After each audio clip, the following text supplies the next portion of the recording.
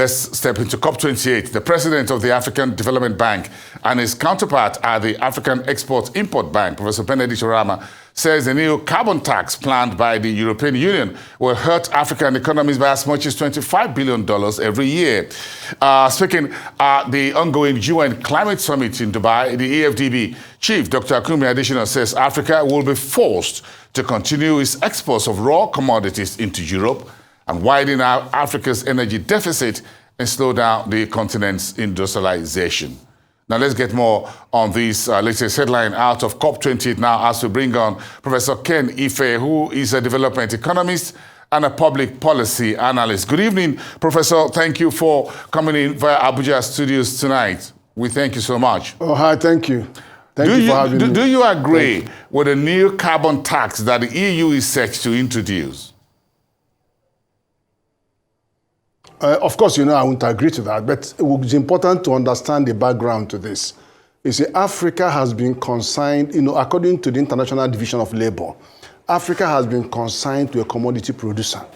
What you produce, Europe takes and others in the West to process, and they give it back to us to consume. So that is why in the Economic Partnership Agreement, they were looking for 70 to 80% of African imports, which means that ab initio, they don't even expect you to trade among yourselves, Africans, neither China or America or all of that.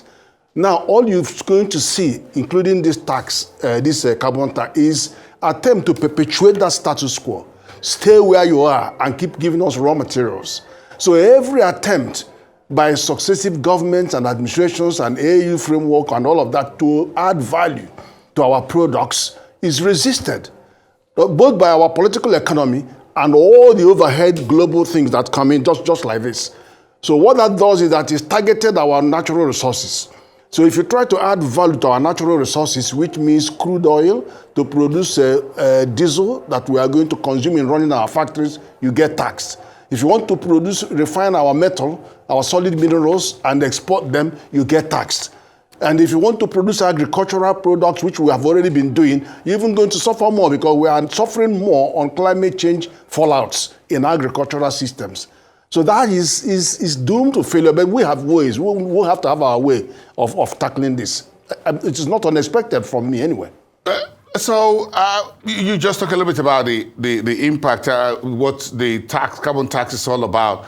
But again, how much impact do you think it will have on Africa? You mentioned a few key areas that agriculture, lithium, whatever we're trying to do in Africa. Do you see this as a pullback by the Western powers, the EU in particular, that subsidizes its own agriculture and a few other businesses and putting tax on the rest of us and keep Africa perpetually exporting its raw material commodities to Europe? Yeah, you know,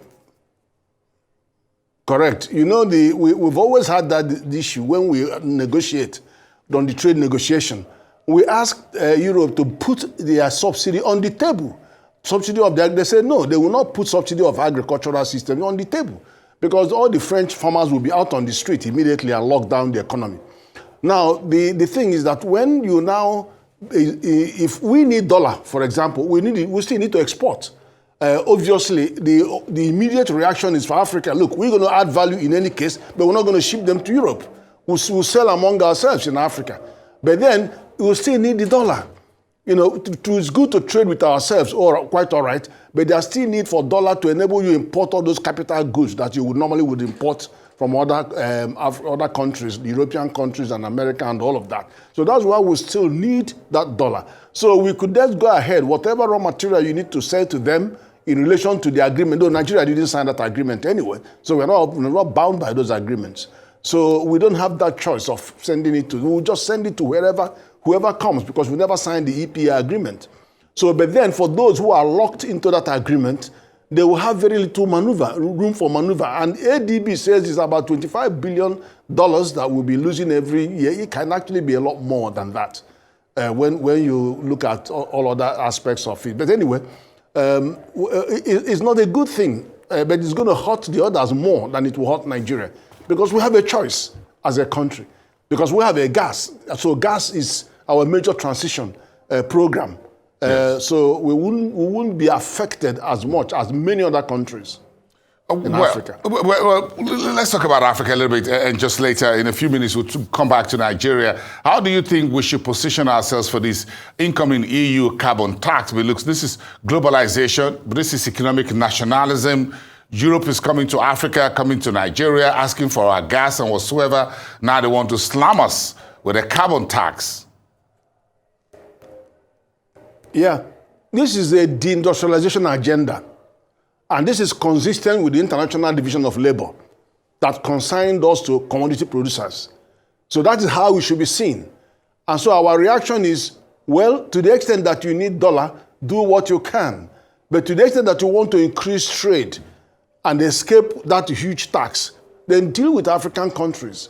If you have processed goods to which you have added value, look for other economies like China or Brazil. Look for other economies. You wouldn't do well by selling them you will not be competitive trying to sell your value-added goods to EU. That is the simple truth about that levy coming in.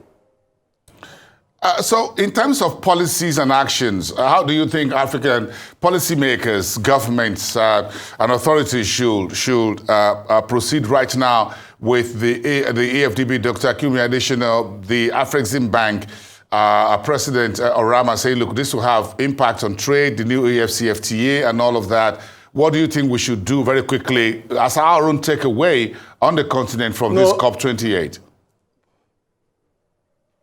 Our strategies are multifaceted. One is to continue to hammer the fact that in consigning us to agricultural production, we have been in the cold end of all the global climate change factors. We've had flood, we had all kinds of things happening to our agricultural production system, so we haven't been that successful. Then two, we have energy deficit in Africa. And so you should give us enough transition time on your tax, that your European carbon tax. You should grant Africa transition, which will continue to exclude us, or at least over the transition period from that tax. And then three, this is a deindustrialization agenda, and we don't like this because you are, on one hand, tied our hands to your program, to your European program, and on the other hand, we are saying to us, you know what, forget any attempt to industrialize. Because if you try to do so in the context of the agreement, then we are going to hit you with this tax. So in a way, they are repudiating the agreement. So I think African Union should make it clear to them for two reasons. One, because we have integration arrangement, then that cumulation, that the interregional accumulation which they discounted us, that agreement should be dumped, and then we'll go for a new agreement. I think that is clear. Look, because this is a consequence of not dumping that agreement, that are broken out into 5 regions, and you cannot accumulate across region. You suffer. So we have to drop that agreement because we moved into a single territory. Then, of course, we should now look for who we can do the business with. And there are, I keep saying, 90% of the things that we have to import into Africa or even export can be done with African countries. What is it that you cannot get from Egypt or get from South Africa or get from Nigeria or Kenya? I mean, we have those big polars that we can do business with ourselves in terms of value additions. They all have all kinds of pieces of technologies in the jigsaw that we should begin to think about how we do these things and reduce our exposure to, and then of course use our PAP system that has been developed to ensure we reduce the impact of dollar in our system. The economy is so dollarized, yet we can't get enough forex to deal with forex stability issues and inflation and all of that. And then we're still shying away from trading with ourselves. Look at the kind of tax that Europe is dropping on us. Nigeria is going to suffer less because we didn't sign the agreement. But how about other African countries? And then you look at Francophone that even pegged to their euro, the CFA is pegged to euro. It is suicide for those Francophone countries. Interesting. If you think how you think we got what it takes to mobilize enough local investment for our own climate adaptation projects, what sort of structures would you suggest for us in Africa to raise our own fund? Do you think we need specialized funds close to Sovereign Wealth Fund in a manner of speaking that will help us to continue to start working our way towards putting our mouth where our money where our mouth is and vice versa? I think the thing has to come from some of the current discussions going on and negotiations, especially with Saudi Arabia and these Arab resources that are coming in, let them focus on helping us out of the transition. For example, gas is a good way to manage our consumption, and we have gas. Nigeria's biggest wealth is gas, over 210 trillion cubic feet of gas. So Africa, and even gas, not only that we are flaring the gas, we're going to have to start recapturing those gas. We also have gas, associated and unassociated gases in many regions of the Niger Delta region and the whole of Southeast. It's all gas everywhere. And even the Benue Trough and the Niger Basin is all gas everywhere. We should switch to gas because you're talking about 1 carbon in a methane. 1 carbon compared to 6, 7, 8 carbon in petrol or diesel. So we should go to gas and then use the gas for the transition period to reduce all those carbon tax we are going to get from Europe. And then at the same time, look for more funding that will sympathize with us and be more friendly, eco-friendly. So we have other strategies that, of course, the trade is the biggest driver. Because when you have the trade, it drives the economic development agenda, it drives the industrialization agenda, and it makes sure that you can transit, with less penalty. So these are the areas to look at, not to look at what Europe is throwing at us at the moment. Okay, we appreciate that. Professor Ken Ife, development economist and a public policy analyst, we thank you for sharing those perspectives with us tonight. Do have a wonderful evening. We thank you so much live out of our Abuja studio.